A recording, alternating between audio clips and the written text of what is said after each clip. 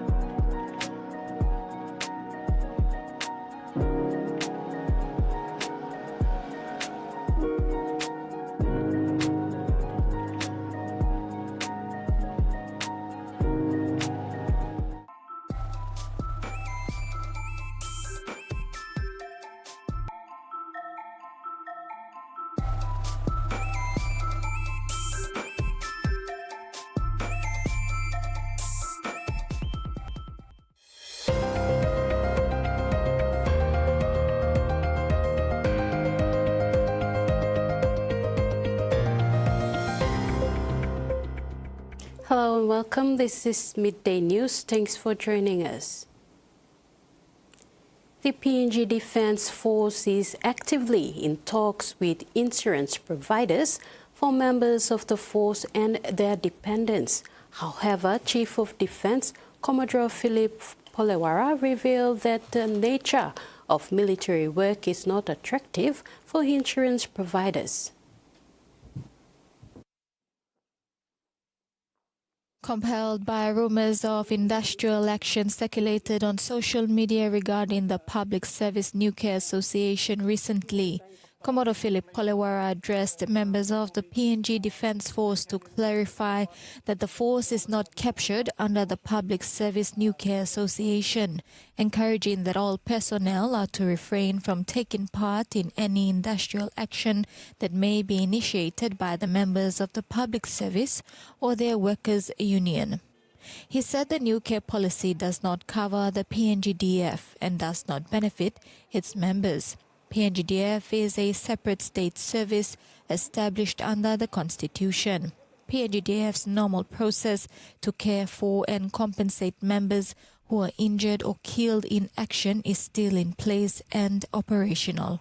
However, with the changes in the business environment, the PNGDF is in talks with reputable insurance providers for medical cover, including physical and psychological help for the members and their dependents. The Commodore stated further that the nature of military work is such that it is not an attractive market for health insurance providers because risks are especially high during wartime when injury and death surge. Nonetheless, Polewara says men and women of the force continue to put their lives on the line in their service to the state and communities during their everyday operations, and so the HQ PNGDF is committed to negotiate better life cover options. Maricela Kelaton, TVWAN News. The National St. John Ambulance Community First Aid Team conducted an awareness program at Daugo Primary School on Fisherman Island on October 9, 2024 to enhance community safety. Engaging over 120 students, the program taught essential first aid skills and emergency response techniques. This knowledge is crucial as the island lacks reliable medical facilities. Despite being a short boat ride from Port Moresby, Zoe Sulap expressed gratitude for the community's eagerness to earn and acknowledged the support from local authorities, including the Water Police. Former principal, in an interview with this newsroom, highlighted the program's importance in areas with limited access to medical care, saying that this initiative aims to equip more communities in Central Province with essential first aid training, fostering preparedness and safety.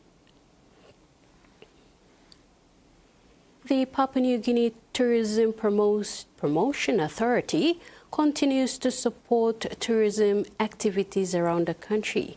TPA made a significant contribution to the third Jimmy Marita Festival held at Kara Primary School in Jiwaka Province recently. This festival, which took place on January 16, was aimed at highlighting both the region's rich cultural identity and the traditional superfood known locally as Marita.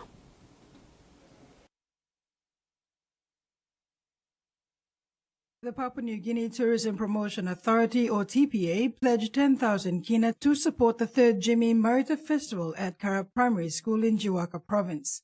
The festival, which took place on January 16th, celebrated the region's cultural identity and the traditional superfood Pandanus conoideus, commonly known as Marita.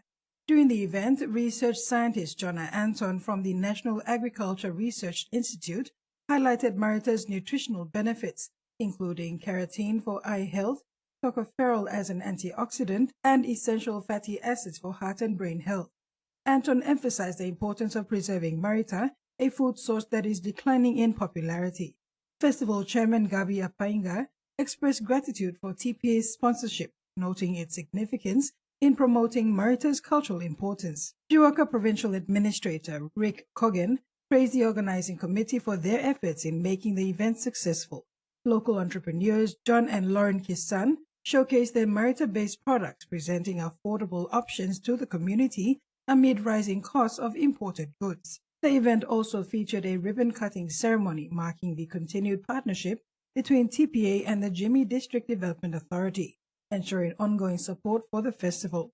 TPA CEO Eric Mossman Uvovo commended the organizers for their hard work, stating that the festival plays a vital role in celebrating and preserving Papua New Guinea's unique cultural heritage. Carol Kidu Jr., TV1 News. The picturesque island of Lavongai in New Island Province was a battleground for 8 months. From January to August 2024, hundreds of youths and men clashed with each other in North Lavongai, killing one from each side, injuring countless more and burning down the homes of innocent villagers. Families were forced to flee their homes. Women and children hide in mangrove swamps for hours every day, while the 2024 academic year was suspended for the rest of the year. In January 2024, a domestic disagreement between a couple in Ward 6 of North Lavongai in New Island Province escalated into 8 long months of fighting. Patipai community leader and a member of the Peace Committee, Leslie William, said the dispute was between a woman from Tikasia village and her partner from Vai Savambam. The woman's relatives got involved and chased away her partner, resulting in retaliation from the Vai Savambam men who burnt down a house. All house been fire. We got two plamani die, one from each party. Even that every ocean, all families all been run away, all stuck inside long bush, all Mary one tamon pikinini, even all man too. Sampai all every all schools kami pa mi suspend, and then all conducting classes. Villagers had to make the 2-hour dinghy ride to mainland Kavieng to plead for assistance, as all the telecommunication towers on the island had been destroyed following royalty disagreements in 2010. Unfortunately, the Royal PNG Constabulary nor the Lavongai Rural LLG were willing to assist. Side of police presence long island, even long province olgata mi tamlo ko. Long time maybe even start mi plan sa travel along police headquarters bumibla, but the replement mi sa kisin mo sa police post to and inogatin na manpower na to also to at resource, inogat fuel long kantaran LP mi communities mi raising sambal local funds. Nipaya ti donatin na nipaya din inaplonggo karon tripla policeman inanitlong leadership long nila nipla din naplong kam na TVWAN mo commandas long tripla patis na libin orait long nipla long banipla mas gat peace treaty mas kamat na nila tripla patis. Fighting had initially started in Ward 6 but soon spread to Ward 3. Specifically the villages of Meteai, Polulu, and Atnar. Fighting had spread to the areas where it was believed that their youths had taken sides. The result was devastating for many families living there, like Tilin Mailik, Darius, a mother of 4 children, 3 of whom are young women. Tilin Mailik, or Tiling, fled into the hinterlands of Patipai with her husband and 4 children, with nothing but a few possessions that they had hastily grabbed. Whilst in the bush, the family survived on sago and wild fence as their gardens had also been destroyed and they could not risk being seen fishing. The family now refuses to leave their new home that they're still building, saying it is better to separate themselves from the community in case another problem is brought to their doorstep. The children have been unable to fully complete their education, with their 3rd eldest daughter, Makan Tilin Grangai, repeating grade 7 3 times in a row, and she is already 20 years old. Families in Lavongai hope that the academic year will resume this year and their children can repeat their respective levels of education again. Maricela Kelleton, TV1 News. In Sydney, there's been a breakthrough in the investigation into an anti-Semitic vandalism attack in Woodhara. A woman was charged over a alleged involvement, while Australian communities are welcoming the ceasefire in the Middle East. Jurist leaders are concerned it won't lead to peace at home. The federal opposition is promising tougher sentencing if it wins the next election.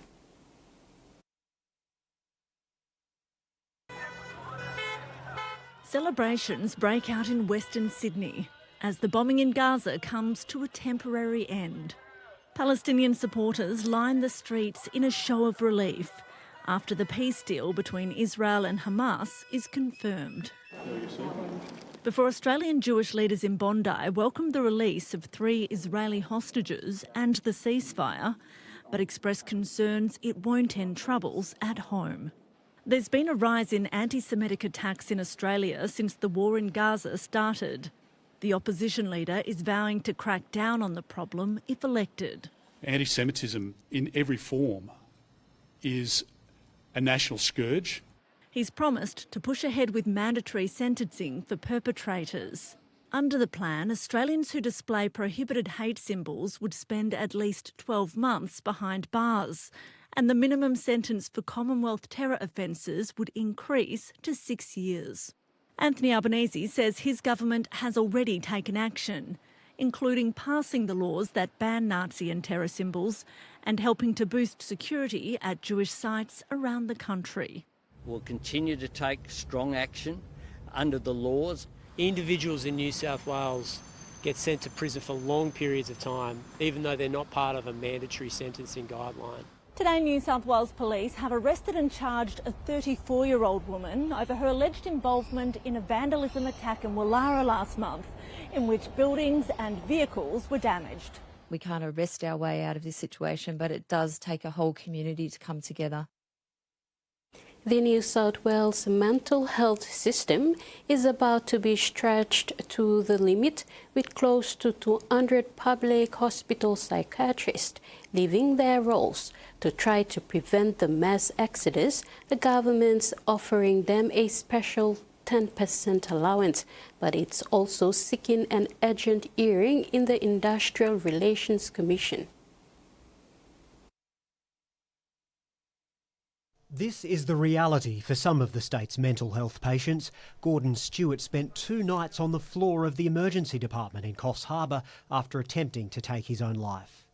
With no buzzer, no monitors, so it was quite distressing to actually find my 72-year-old father laying on the floor. Doctors say the mental health system's in a catastrophic decline, with nearly 1/3 of psychiatrists' positions unfilled. Dr Catherine Drew is among about 200 who are now quitting in protest. Our patients are not receiving the care that we believe would be appropriate.